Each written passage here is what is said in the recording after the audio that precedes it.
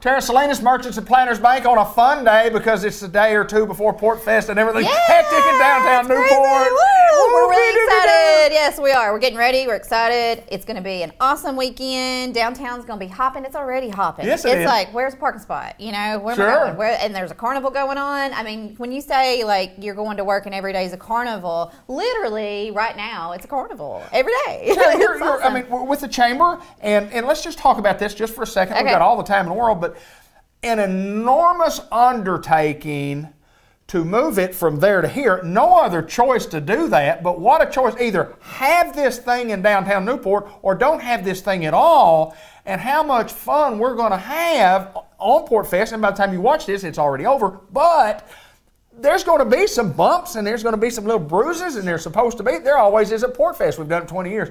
But man, it ought to be exciting. I'm excited about it. And yeah, I mean, here's the deal. The show must go on. Absolutely. And I just admire the city, the organization. The organization of the plan. Together. And yes. They're all like, let's do this. Let's make it happen. Yeah. We've got a community to serve and we've got entertainment, lined up, and we want it to be a good time, and we're going to do whatever we can do. And so, like I said, I admire all of our organizations, the chamber, the city, the county, all of the people involved in this.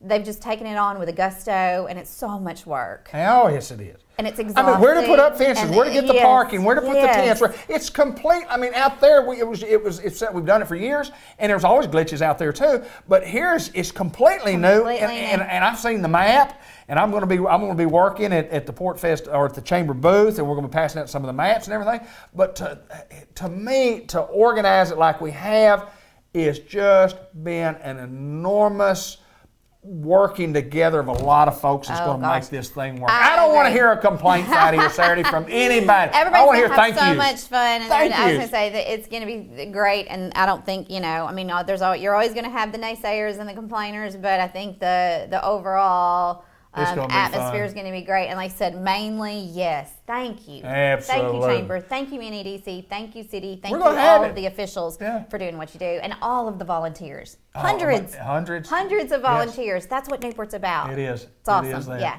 So. All right, we're going to talk Mercy Planners Bank, and we're going to talk a little bit about fraud. We're going to have a little fun. We're going to have a little test. Tara's going to give me a test and see how I do on whether I know anything about fraud, but some Yep. Tell us what we've got. Well, I know it's probably been a while since you've taken a test or been back to Yes, school it or has. anything. Yes. So don't get nervous. It's okay if you don't get it right. Are there right answers? There are right and wrong answers, but it's okay if you don't get it right. And I want everyone at home to play along. Okay. And tell me, what you would think. Some are pretty obvious, some are not. But the reason I want to do this is because, fraud is a big deal, especially in the financial industry. Financial institutions are one of the top groups that are a target.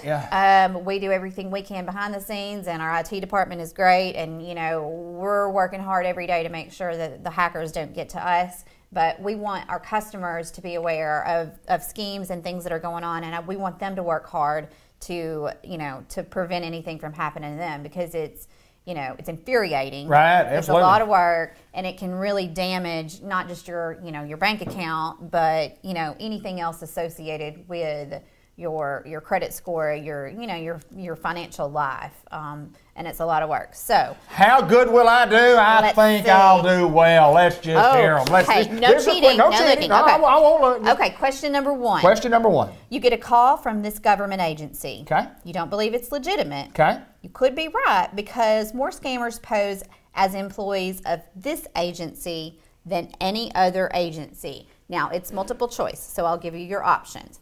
Is it the Internal Revenue Service, the Social Security Administration, the U.S. Postal Service, or the Federal Unemployment Agency? Your answer is? IRS. You are right on. That is correct.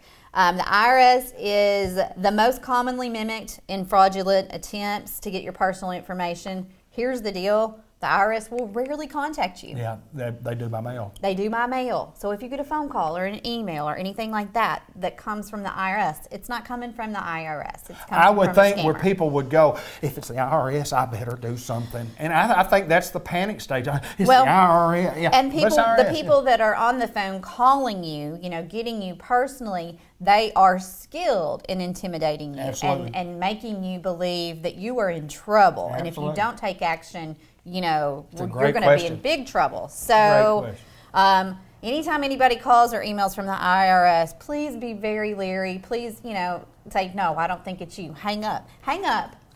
Don't open the email. You know, investigate it for yourself. If you're really worried that it might be, find the number, call the IRS yourself. Absolutely. Okay, very good. I did one for one. Congratulations. Thanks. You just won $800,000 in the Jamaican lottery. You got that email, you bit, and you wired them $400. Right, yeah. Okay, that was a mistake. We all know that now. You don't win the lottery. They don't call you and say you got to send money when you win the lottery. Okay. We know that. Everybody knows that.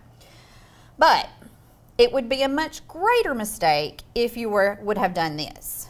1, dialed the callback number for further instructions. 2, notified the IRS of your good fortune. 3, contacted the Jamaican Lottery. Or 4, called the Better Business Bureau.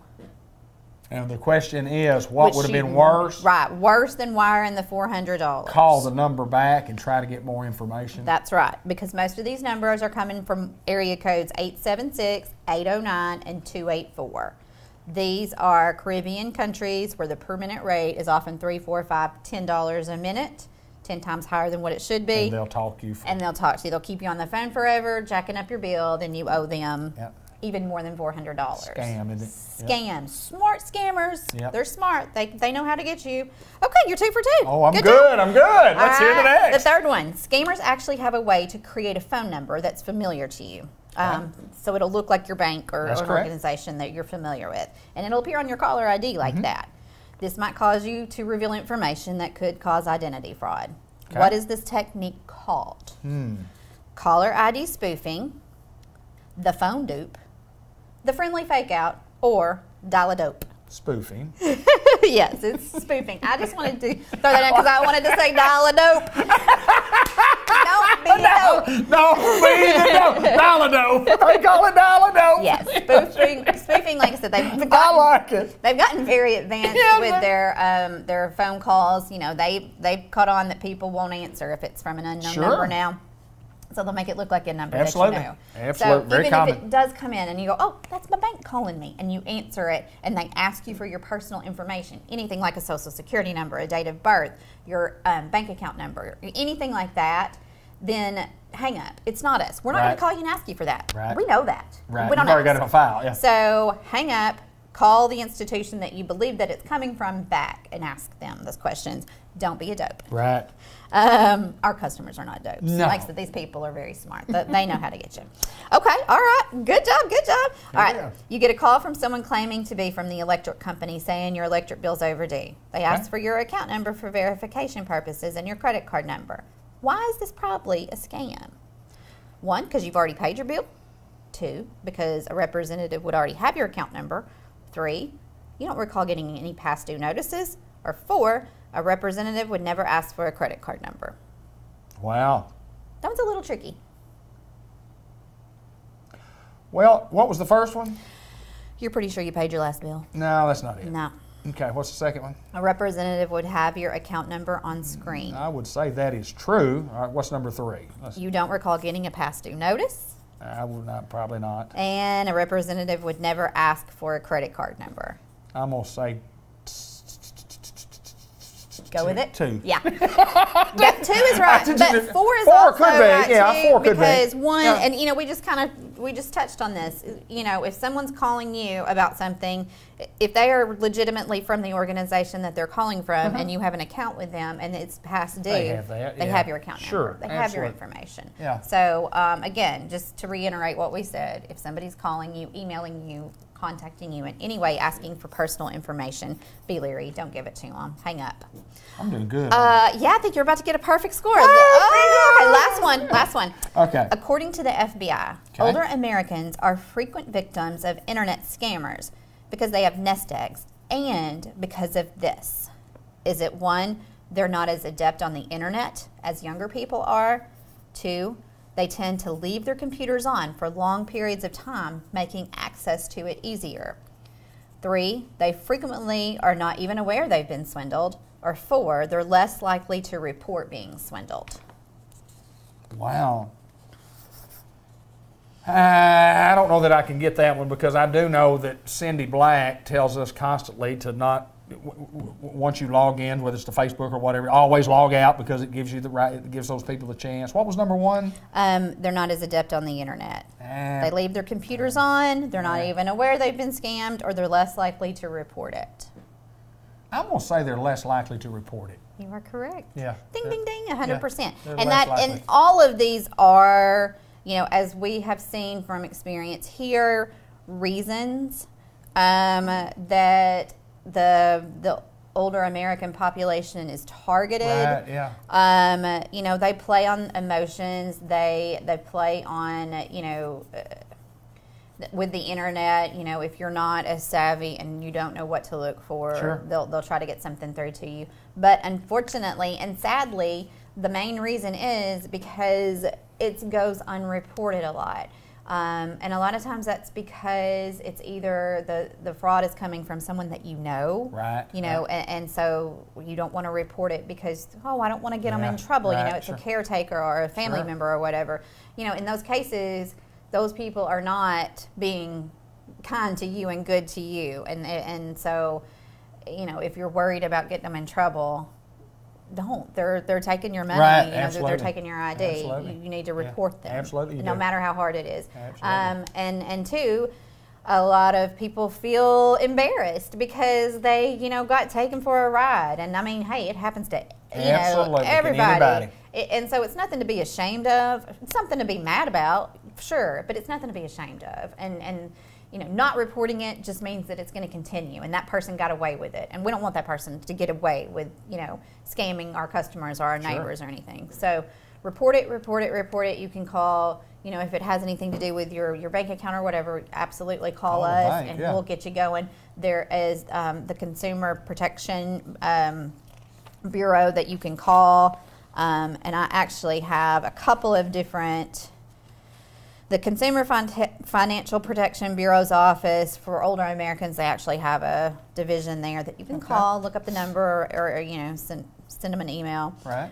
There's also the Do Not Call registry. It's a government site as well that you can find online, and you can put your number on the Do Not Call list, especially if you still own a home line, a landline. Absolutely. Put your phone number on there so you don't even have to deal with those calls. Again, people will still try to get through to you, and so just, I guess the overall moral of the quiz, and you did great, congratulations, 100% A plus, moved to the top of the class, is that, we've just got to be aware of what's going on. We really hate to think of our world as being full of people that want to take advantage of you and do terrible things, but the reality is it happens all the time. We see it every day. So here is something that I consider myself to be, people say that I'm rude, and I consider it a protection for myself. If I get a phone call on my phone, and they don't leave a message, I'm not calling them back. I'm not going to call and say, because of those numbers may not be those right numbers. And even in my phone, if it says Tara Salinas called me, I probably will not call you back. And I try to tell people, I say, if you want me to call you back, say, leave a message, would you call me back? Right. Because I'm just assuming that you're calling and you didn't see me, so you called somebody else, so you really didn't need. If you need me, leave a message. And I won't call people back, and people get on to me for that.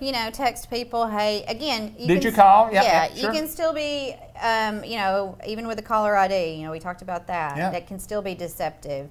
Like I said, I hate to be the person that tells everyone to please be skeptical of things, but you have to. Absolutely. To protect yourself, because like I said, the scammers are really smart, and they can get in your head, they can mess with your emotions, they can, make you feel like you're in trouble or someone of your family is in trouble, and get you worried and upset. When you're in that state, you're more likely to let your guard down. So, just please be aware of that, and, try to thwart that. real quick story, and it happened in our family, and it happened to a grandmother in our family, where the grandmother was called, got a long distance phone call, or got a phone call, and it was a grandson on the end.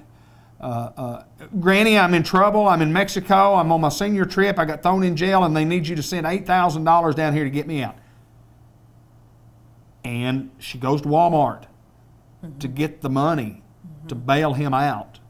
And the folks at Walmart said, look, ma'am, this is a scam. You don't need, and come to find out, it just took a simple call to the dad of the kid. Is my grandson really in Mexico? No, he's in school. I mean, he's not on a trip. No, he's not.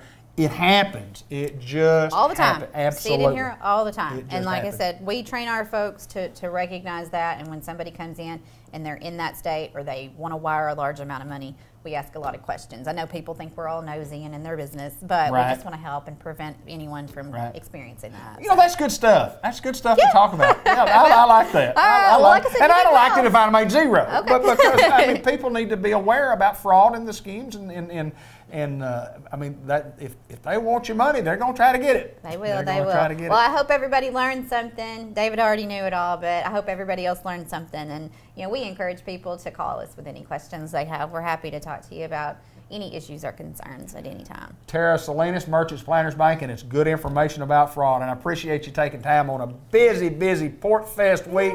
Downtown Newport's going to rock and roll this weekend. Go have fun. Thank you, girl. Appreciate you. All right.